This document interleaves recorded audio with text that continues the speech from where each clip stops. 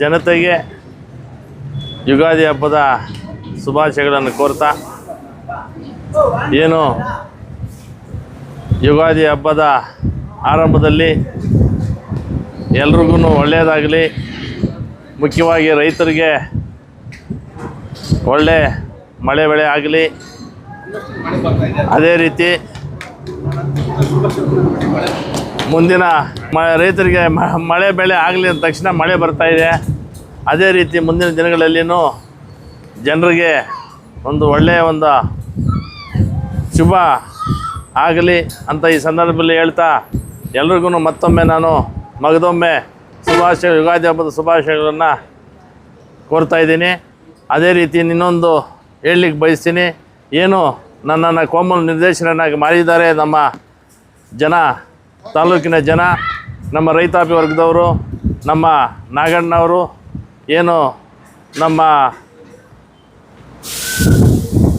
ಕೋಮಲ್ ನಿರ್ದೇಶಕರೆಲ್ಲರೂ ಒಟ್ಟಿಗೆ ಸೇರಿ, ಅಧ್ಯಕ್ಷರು ಸಹ ಸೇರಿ ನಿನ್ನೆ ನಡೆದ ಒಂದು ಮೀಟಿಂಗಲ್ಲಿ, ಅಂದರೆ ಸಭೆಯಲ್ಲಿ, ನಾವು ರೈತರಿಗಾಗಿ ಯುಗಾದಿ ಹಬ್ಬದ ಒಂದು ಗಿಫ್ಟ್ ಕೊಡಬೇಕು ಅಂತ ಹೇಳ್ಬಿಟ್ಟು ₹2 ಹೆಚ್ಚಿಗೆ ಮಾಡುವಂಥ ಒಂದು ಕೆಲಸ ಮಾಡಿದ್ದೀವಿ.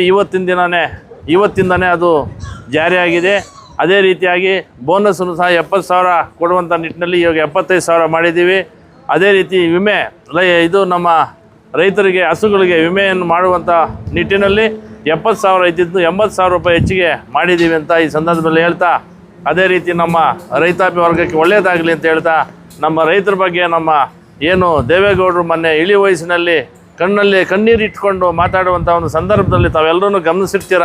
ರೈತಾಪಿ ಜನ, ನಮ್ಮ ರಾಜ್ಯದ ಜನ ಎಲ್ಲ ಇವತ್ತಿನ ಎತ್ತಿನ ಹೊಳೆಗೆ ಒಂದು ಯೋಜನೆಗೆ ಅನುಮೋದನೆ ಕೊಟ್ಟಿರ್ತಕ್ಕಂಥ ಎಲ್ಲ ಏನು ನಮ್ಮ ಸಂಸತ್ ಭವನದಲ್ಲಿ ಅವ್ರ ಬಗ್ಗೆ ಅವರು ಏನು ಮೊನ್ನೆ ಮಾತಾಡಿದರು, ಅದರ ಸಲುವಾಗಿ ನನ್ನ ಅನುಮೋದನೆ ಕೊಟ್ಟಿದ್ದಾರೆ.